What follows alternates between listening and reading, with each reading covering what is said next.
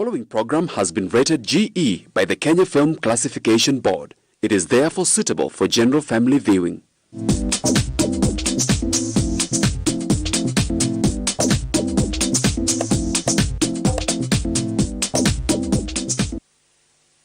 Hello everyone, welcome to Chungu Jamii. My name is Betty. I am your host today, and I am so happy to be joined by a gentleman who is so passionate about matters marriage. He's going to be joining us to introduce himself, and after that we are going to take up our discussion for today. Welcome. Thank you, Betty. It's good to be here again. We are not in studio, but such is life. But I'm still honored to be here. My name is Emmanuel Gashanja, and I'm the CEO and founder of iVow, an organization that seeks to equip couples with the necessary tools to have strong, healthy, thriving marriages. And I'm excited to be here with you today. Wow. Welcome, Emmanuel. I like to hear that always you're so passionate about marriage, and I always like to check on what's going on with iVow. It's good to have you here to talk to us today. We are going to be discussing preparation for marriage. Emmanuel, a lot of people put all their efforts and energies in preparing for weddings, but hardly are people preparing for marriages. What are you training people at iVow to prepare for marriage or for the wedding? Yeah, it's a very unfortunate thing. That the wedding itself is glamorized way more than the marriage itself. And we spend so much time and invest so much time in the wedding, and a lot of people don't invest in the marriage itself. So at iVow, we're very, very intentional about raising awareness, about investing in your future together, investing in your marriage. And so we do it in very many ways.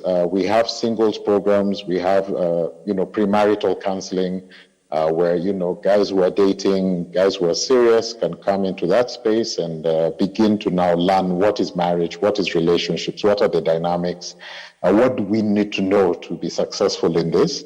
And then we also do it for married couples because, let's face it, a lot of us get this and we do not know. A lot of us are just groping in the dark, trying to figure it out. So we also raise awareness for those guys. This is what it's about. This is what you need to work towards so that you could have, a better relationship with your partner. One thing about you is that you are not just working for that organization, but you are actually the founder. And that keeps me thinking, what drove Emmanuel into such an idea? Did you have preparation enough for your marriage? Did you fight with a lot of things on the way before you just decided, you know what, I'm not going to let anybody suffer after me in this journey? What happened to you that you made up this decision to find out iVow? First of all, just for the viewers who have never met me before, I'm married for 18 and a half years. And I think over 18 and a half years, you get to experience a wide range of things in this journey that, when you can say I've been married 18 and a half years, it's one of those things. I have something to tell you. True that. But I think for me, one of the things I realized is in the beginning of our marriage, my wife and I constantly used to ask, each other, why didn't our parents tell us? Why didn't our parents tell us? And that's because we entered into this and we realized it was not automatic, that love, those feelings that you have inside was not enough. There was actually actions, there was responsibility. I mean, yes, we knew, but you do not know to what extent, So when rubber meets the road and things become difficult, then you realize, whoa, this is not for the faint of heart. So yeah, through the difficulty and the challenges, I remember earlier on saying that, one day if I make it past a certain stage, I will make sure that I will be there for people so that they do not have to reinvent the wheel. So that at least they're better off than, where I was. I got to do premarital counseling with a pastor, and we only had one session. And in that session, all we did was talk about sex. In fact, this is exactly how it went. It went, now, young man, so once you say I do, it's the honeymoon. You need to be gentle with the woman. You need to know that she's like an oven. You slowly work her up, okay? Don't just jump in there. And that was it. And that was marriage, premarital counseling for me. So at least, I was focused more on that in the beginning, but marriage is way more than that. As I've come to learn. Way more than that. Indeed, it's true. 18 and a half years later, you have lots of things to share. If God blessed you with children, you probably have teenagers now. And so it has been such a journey, I guess. But like I said in the beginning, a lot of people are focused on preparing for the wedding, and a lot of them forget about the marriage, which is very, very important. Listening to you saying that you only had one session for premarital counseling brings me to the question, how long should one prepare for their marriage? Okay. I'm going to be a little bit radical about this, but I'll explain why I'm a little bit radical about this. Okay. I think preparation for marriage begins the day you are born.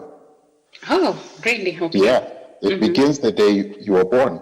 Now, when you think of our grandparents, let's just do that because that's a little bit of a safe bet. I think our parents is the age that actually started going to school. But our grandparents, how they were raised in community, they were raised in clans, and in them being raised at each and every stage of life, there was life lessons that they were taught that they needed to serve within the community or within the family. So therein they got the lessons that they needed for being a husband. Now think about the woman. My grandmother told me so many stories of how she went to the river, got water, fetched water, brought it home. She went and got firewood. She would go and, farm on the farm. From when they were kids, they were constantly sweeping, and cooking. And, they were doing things that, the traditional role of a woman are required within the home. Now, for us, we have been raised in a very capitalistic society that we focus more on career. So on our careers, we are very well trained. Communication, doctors, engineers, lawyers, the different things. And we're taken to school for that, 8 years, 4 years, and another 4 years or depending on what you're taking, it could be 4, 5, even 6 years. If you're a doctor, architects nowadays last long, like 7 years. So you perfect that. Who raises you? A lot of us are growing up in broken homes, so we have not seen both parties together to understand what are the dynamics of marriage. A lot of us have not been raised in community. So our uncles and aunties are up country, or they live on the other side of town. We don't interact with them that much. So we are not taught or put around those dynamics for marriage for us to begin to learn and to emulate what we see.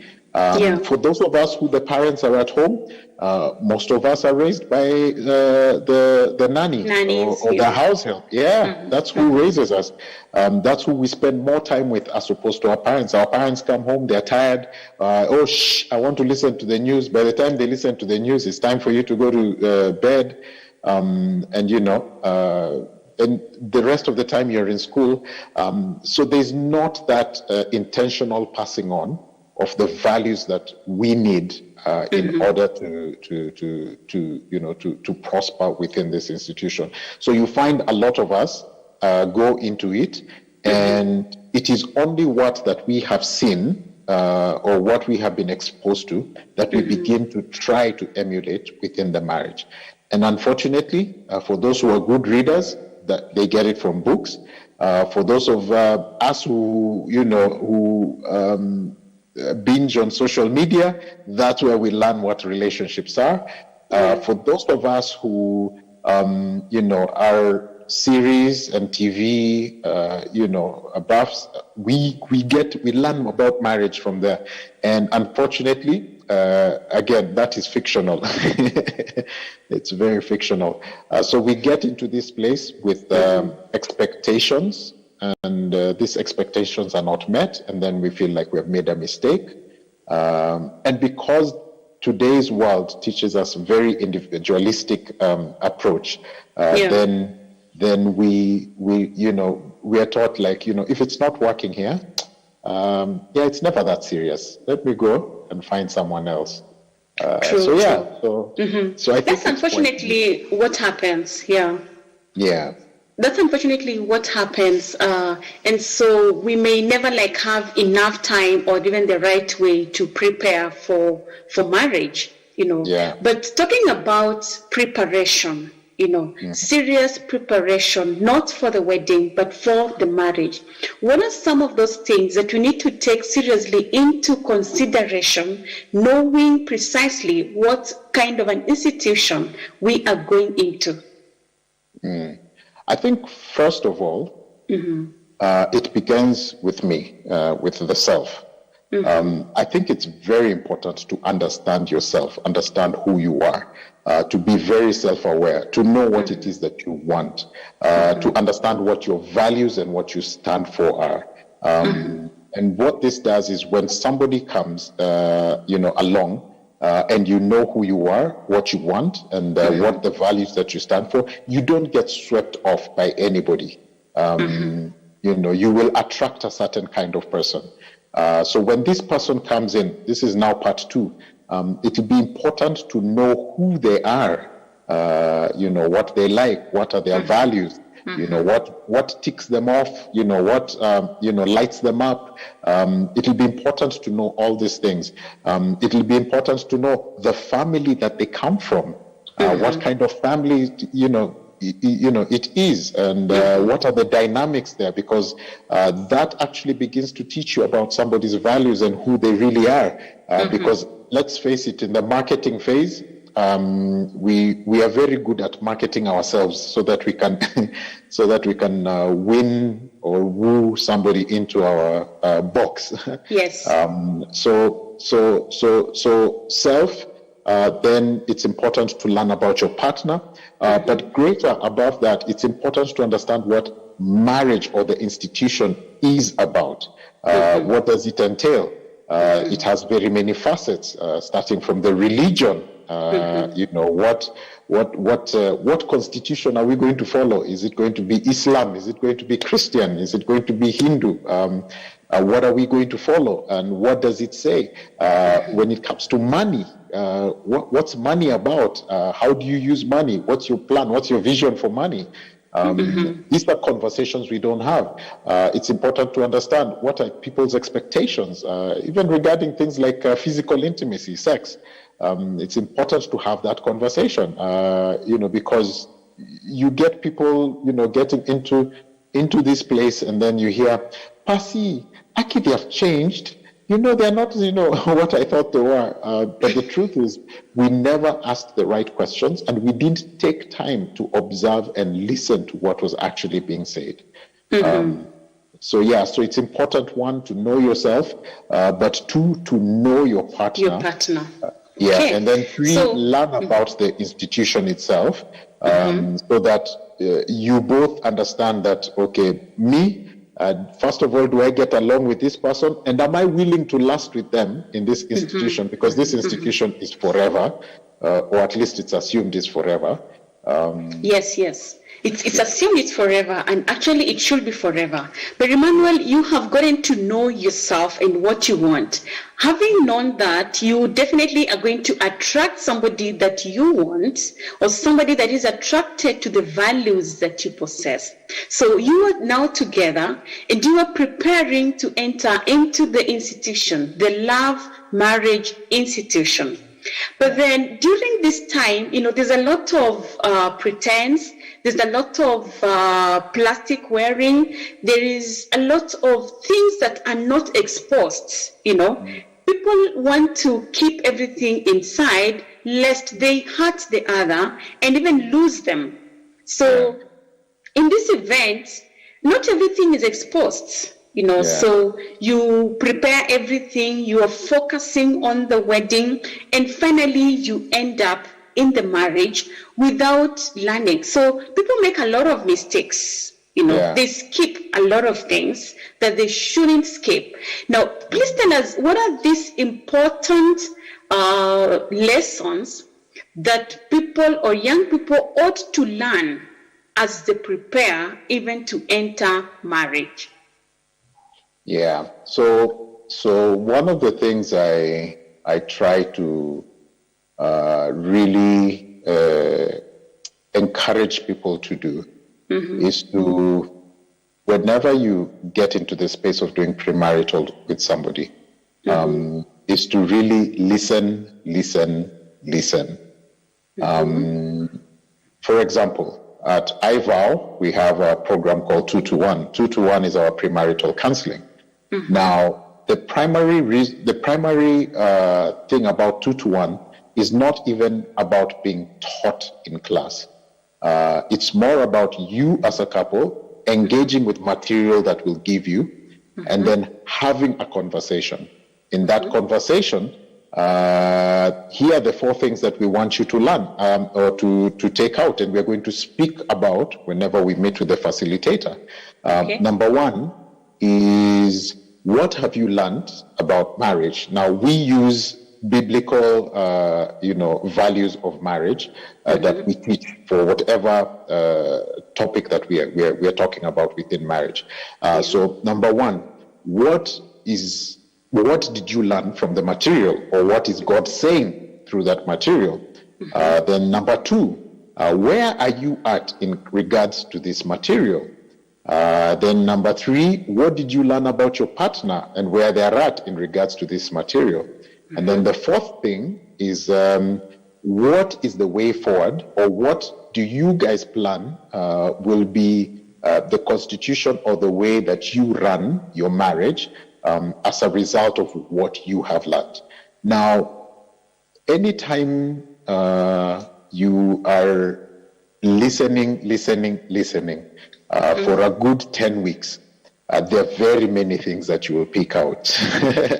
And I always emphasize on the listening, because the one speaking again could be like what you were saying, trying to market themselves, so they could be, not sincere. But the more you listen, there are things that you hear and you pick out inconsistencies. And when you ask questions, then now the truth begins to come out. So it's important for you to listen when you're in this space. So while preparing, you have mentioned that they need to learn about themselves and they need to learn about their partner. And they also are they the ones who should make up the constitution that they want for their marriage, or is there a particular one that is common to all? Well, what we do at iVow is we believe that God is the one who instituted marriage. And we believe that because he's the one who created human beings. He's the one who created a man, and he is the one who created a woman. The man was named Adam, the woman was named Eve. When he put them together, he had a purpose for them and a desire for them on how they will live here on earth. Now, it is, I think, with that in mind, it's important for us to say, okay, then what does God say about this? So I believe the Bible should have the right constitution that we should follow. But again, God, in His in His sovereignty, has given us free will to choose. Do you want to follow this? And what He says is that if you do this, then you will be successful. and I feel like a lot of times, because of the corruption of what God intended for marriage, this is why, marriage and the family is breaking down quite a bit, in this day and age. Okay, so would you say that one of the steps they need to take is to visit their parents first and get their consent, or they could just go ahead once they have decided? Because there's a lot of confusion on the do's and don'ts before getting into marriage. Some people say once you get into marriage without the consent and the permission of your parents, then you could actually get some curse because they did not give you their blessing. So who should you listen to before you make great proceeds? Well, here's what I say. I think culture is a very powerful thing, and this is something that culture has instituted on us. However, if you were to think about it, technically, the moment you turn 18 years old, you are an adult. And as an adult, even according to the nation of Kenya or most nations, you are free to make whatever choice that you want to make. Any choice. Hopefully you'll make good ones. If you make bad ones, then they'll land you in the wrong places. But as an adult, all it takes is for you to consent and your partner to consent, and I think that's all that matters. However, culture does come into play, and with culture coming into play, there's a place that we have put our parents or the elders within our society. So we submit to them in that, okay, we honor them to say that I have found this woman, let us go to their home and declare our intent. Then there's always an exchange of dowry and things like that. But I always feel it's always very important to involve parents. Involve them. Yeah, because there's a lot that they know, there's a lot that they've been through, and it is my hope that they can advise us right, even as we make this step. Okay, let's look at the preparations again. When you are preparing to live with this man or this woman for the rest of your life, a lot of things that people avoid talking about is finances and probably past life. What is your take on openness? Sometimes there is a fear of, if I say too much, they may just discover this is where I never wanted to end. But then if you also hide it and it's discovered later, it's another problem. How much or how far should somebody go? How much should they say in terms of, making my partner know me? I really feel, and I think it's unfortunate, first of all, that that a lot of us want to keep a lot of secrets. Unfortunately, those secrets come to hurt us in the future. You just create mistrust, and you do not want to create mistrust when you're already in the finality of the commitment. What you want, and what I hope people would desire, is to be with somebody who would choose you in spite of the mistakes that you've made in the past. Right. Someone who would choose me in spite of the many sexual orgies that I've been to, the drug addictions that I had. That's somebody that I want to be with. And not somebody who I have to cover up just because, maybe I feel like, they're perfect and they would be perfect for me. So I really want the person who knows me for me and accepts me for me. Yeah. Okay, I get you. Who is supposed to be involved in our preparations for marriage? Who should be involved? Well, In this day and age, there are very many options. One, there's a lot of counselors who do marriage and family therapy, and they do take people through premarital, sessions. And there's also the church and pastors who actually have very good, solid programs that teach people on marriage. But there are also quite a number of programs out there you can find online. I've learned this, recently as I was taking some couples in Europe, and they were in Germany, and they told me that, we just finished this. It was 6 weeks. We learned a lot, and they told me, so tell me about the program. And it was very deep, and it was very intense. And you could tell that, the things that they learned even through that program really helped the couples. I think there were about 3 couples that I've had that conversation with. But yes, so there's a lot of material out there that, and I think the thing with the material is that it helps you intentionally begin to learn about marriage together and get you aligned, get you on the same page.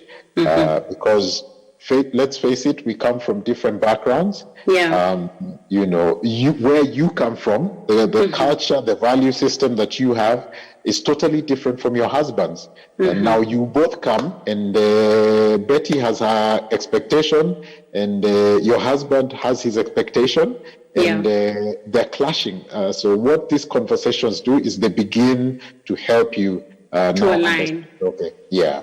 Yeah. Right. Thinking about the financial bit of preparations, sometimes people get into a lot of debts in the name of preparing for marriage, which essentially is just for the wedding, not necessarily the marriage. So when it comes to finances, how far should people go into spending and even into borrowing if they have to, if this is advised, and who should prepare this money? Is it both the couples? Is this preparation for the man when it comes to financial? Wow, I think allow me to share some lessons I learned from a program I did done by Muredi and Carol Wanjao. It's called Couples and Money. Couples and Money taught me that it's not an individualistic thing. Money and finances is not an individualistic thing. The day you choose to say I do, or if you're both going towards I do, it's important that my finances become our finances and her finances become our finances. And so to answer that question, yes, we are supposed to be one. It's not just about the man. We are getting into this family unit, together. So it's important for us to align and have our vision and how we're going to spend. Now, with regards to the spending, with regards to getting into debt, I do not encourage anyone to get into debt. But 2, the biggest lesson that I learned from Couples and Money, my wife and I, is living within our means. Work with what we have got. But I believe God has given each one of us creativity to make the most of whatever, whatever situation that we have. My wife and I, we had, including us, we were 7 people at our wedding. Our wedding has lasted 18 years. A lot of my friends went into debt, and majority of them, a lot of them, are divorced. The thing with debt, the thing with overspending, is you'll have fun for that one day. Actually, I don't even know if you have fun for that one day, because you don't even get to really enjoy it. Most too of the much time, pressure. There's so much stress. So, you're trying to figure out. You don't even know who came. You don't know what happened. You're trying to mess with your whatever. You're trying to think, am I smiling right? You're being pushed here. You're being told here, face this. You don't even get to enjoy the day that you spend so much money. True. Then you begin the rest of your lives paying off a debt, and that is just adding stress to an already difficult institution. So a lot of people start off wrong, and we see a lot of quarrels and conflict, and which leads so your advice basically is that you had better have fewer people in your wedding, in preparation for your marriage, than having to borrow or use more than you can afford to entertain people on this one day in the name of having a future marriage with your wife. Yeah. I understand what you mean, Emmanuel. Yeah. I've seen also a lot of people who got in there and they had to enter into marriage with too much garbage. But Emmanuel, there's also another conversation that people hardly have. And I don't know if this is also part of the preparations that you give to couples who are getting ready for marriage. And this is the issue of children, the people who are getting into marriage, and the only expectation they have is that they will definitely have children. They will have both sons and daughters. What kind of counseling do you give to such kind of people as they prepare? Well, in our sessions, we have constant conversations about this thing called when life happens. And in when life happens, we now begin to have those discussions. And the discussions range from different things, about when life happens. But now, because you've asked about children, let's talk about children. Now, I'll give you a good example. We tried for a daughter. 3 sons later, we were like, our 3 sons will bring us daughters.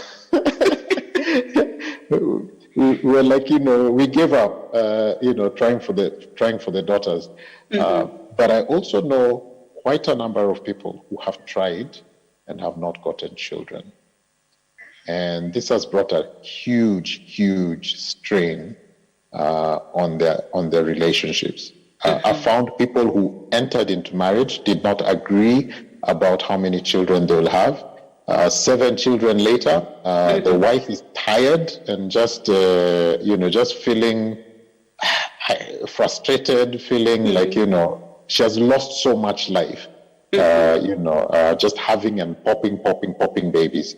And it has brought so much strain. So I think it's a very, very important conversation. And I think it's important to respect each other and to honor each other in that conversation. And it's important to come to a compromise, before getting into marriage. But at the same time, it's very important for you to say that the way life is set up, it could happen or it could not happen. And if it happens, we thank God. If it does not happen, we still thank God. At least we have each other, and there are many options. You can actually even adopt children. And I've known a few couples who have adopted children, and the way they love those children, it's sometimes it feels like it's deeper. It's deeper than the ones who actually carried a child for 9 months. So I think there's many options. Yes, of course. There are many options that people could try.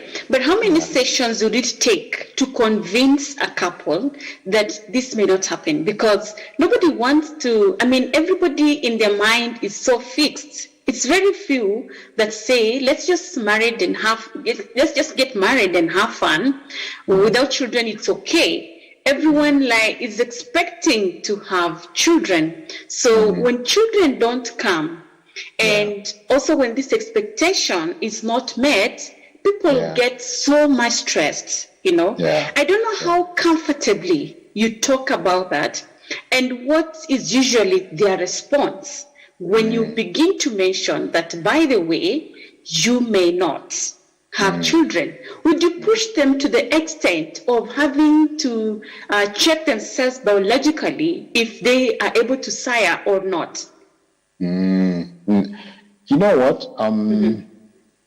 I think one of the things that I've learned over the years, and it's wisdom that has quite helped me a lot and reduced stress in my own life, is that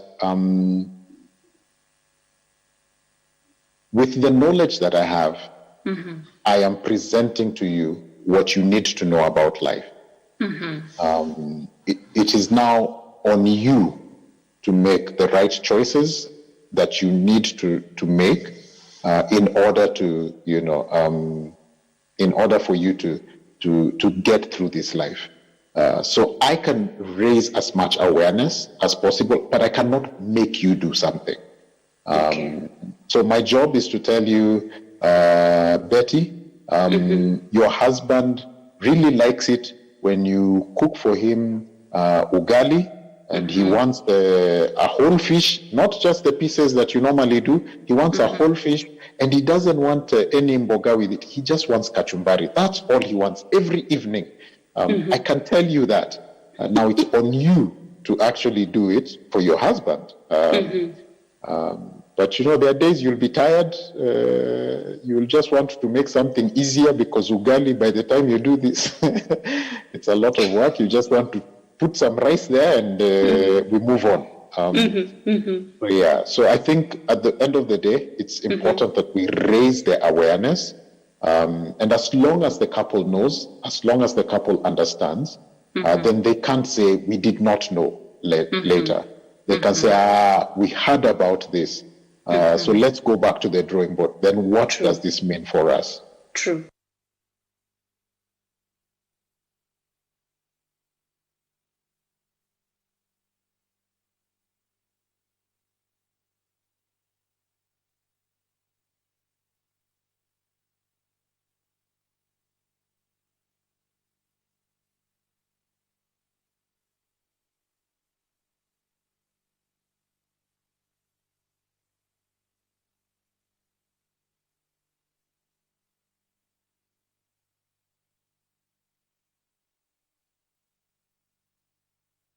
Teach is that, again, our values come from the Bible. And in the Bible, it talks about living and cleaving. So what that means is that when you live, you cut off the family. And when you cleave, you're cleaving to this other human being. This now becomes your primary family. So whatever you agree, it is between the two of you, and it's not about the family.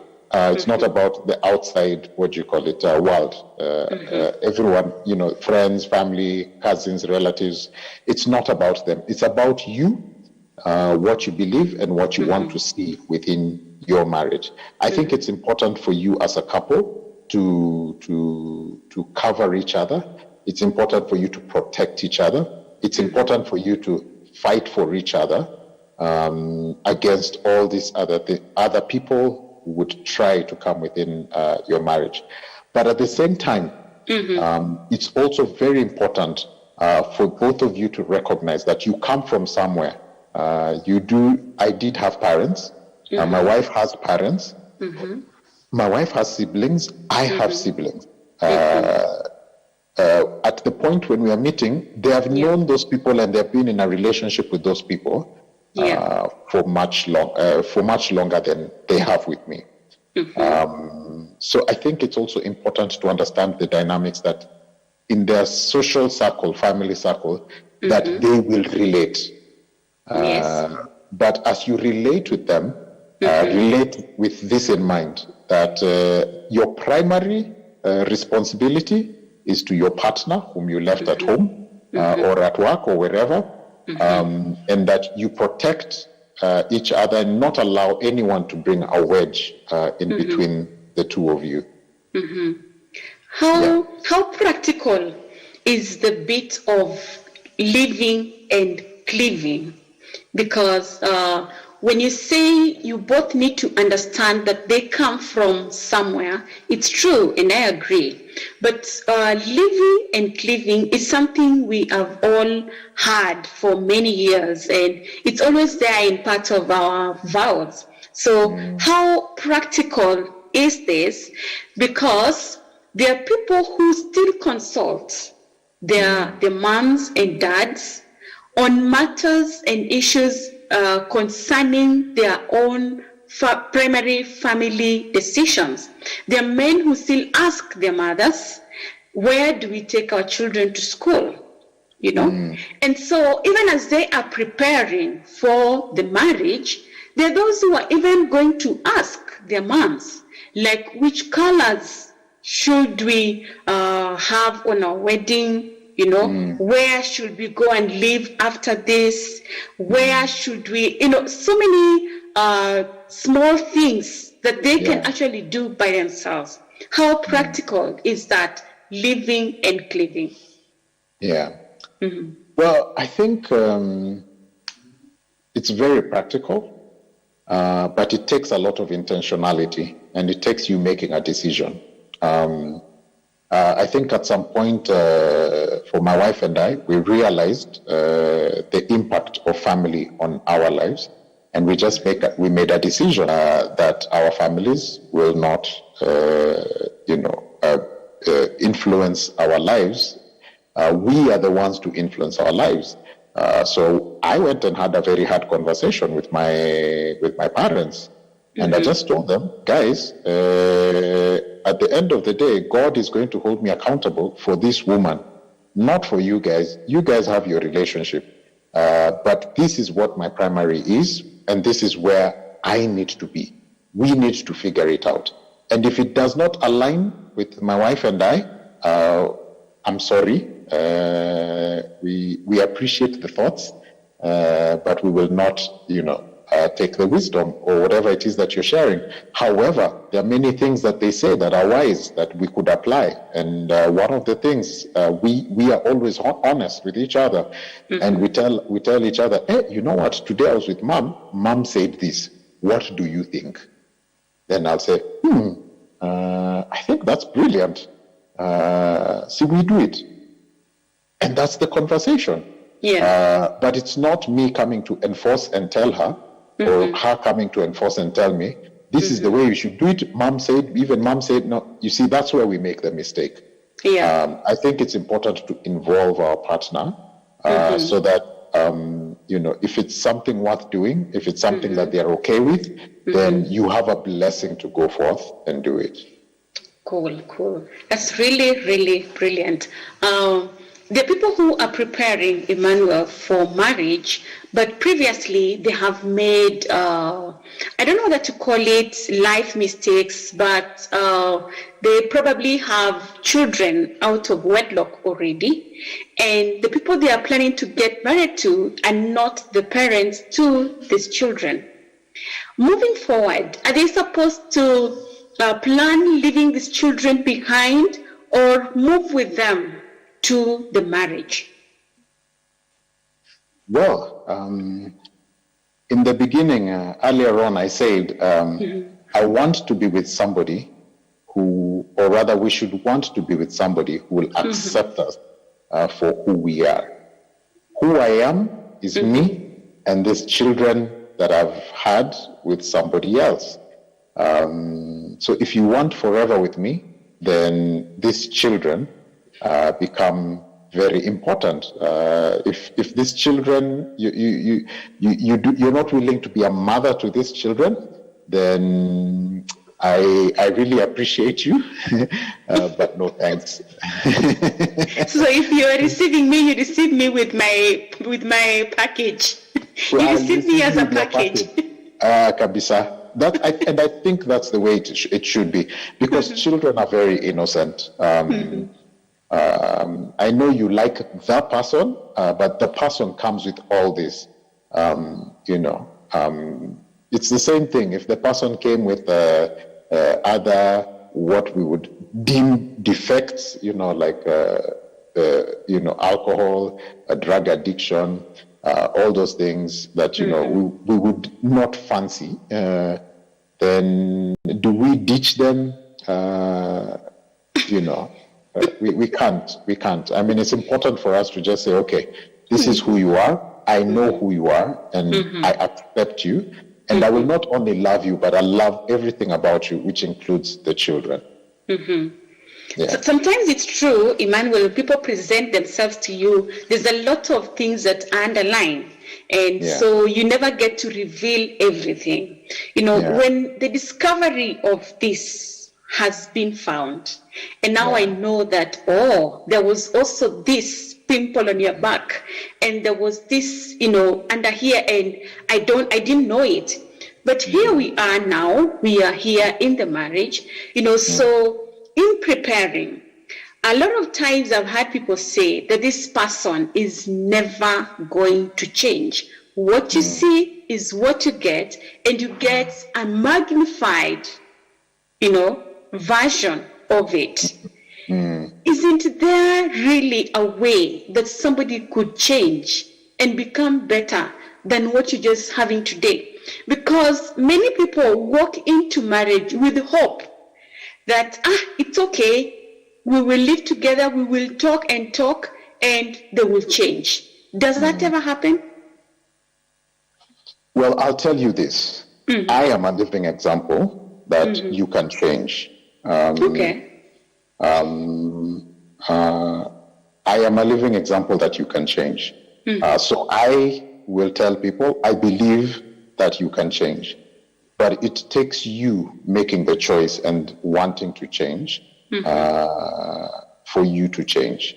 I'll tell you this. I strongly believe, if you asked me, with all my male ego, my male pride, everything, I believe I was the perfect boyfriend, and I believe I was the perfect husband that any woman could get.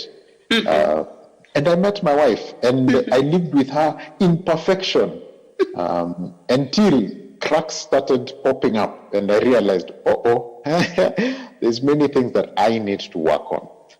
So I looked for different pieces of material that would help me work on it, and I started on a journey. So there's this thing called the Love Dare. It was formed with this movie Fireproof. I encourage people to watch that that movie if they can. But the Love Dare is this person actually taking the attributes of love, and for 40 days trying to act out or do those acts and adopt them into his life, just so that he can be a better person for his partner. I took it a little bit further. I did it in 40 weeks, not 40 days. So each week I'll take an attribute. Love is patient. So I ask myself, first of all, am I patient? I thought I was patient until I met my wife, and I realized I am not patient. And so I was patient for mundane life things, but I was ready for her to change.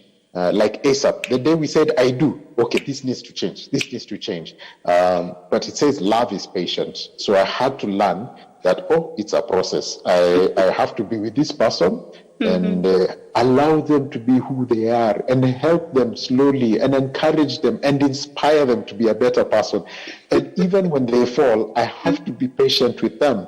So 1 week I'll do that, and then the next week I do love is kind. So on top of patience, I'm adding kindness. So what happens when she doesn't cook for you food the right way? What happens when she doesn't iron your clothes the right way? What happens when she gets late from work? Can you still be kind to this human being? The truth is, we normally struggle, and we'll normally show each other attitude. But now I had to be intentional and be kind to this person. So now the more attributes I kept adding, the more difficult and the more complicated this became.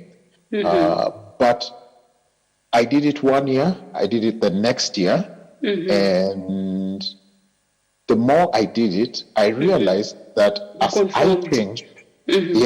I changed, my whole perception of what relationships are actually began to change. Even the way I saw my wife began to change. I stopped seeing the mistakes, and I started beginning to see who she can really be and who she really is. And I started enjoying that relationship.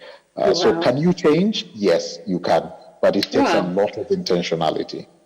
That's very, very, very, very important to hear because a lot of people know it differently.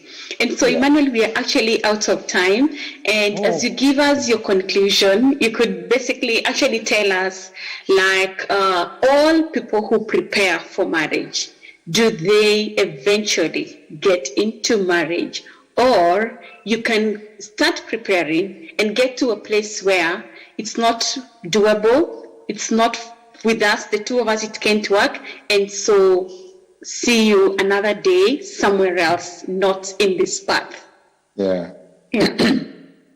First of all, I'd like to encourage every single one who will watch this show, this program, that today is a very good day for you to begin to learn about marriage.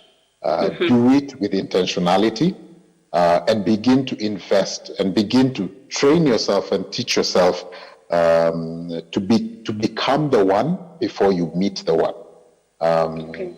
So I challenge everyone who will be watching this, and I challenge you that find out what are the right values, stand for them, and again, anytime somebody comes to you. You will be able to attract, hopefully, the right kind of person who shares the same values, and that you can actually, live a life together. If somebody doesn't have the right values, please don't be desperate because of loneliness, because of whatever brokenness, or because you're trying to, get financial stability. Those are very wrong reasons.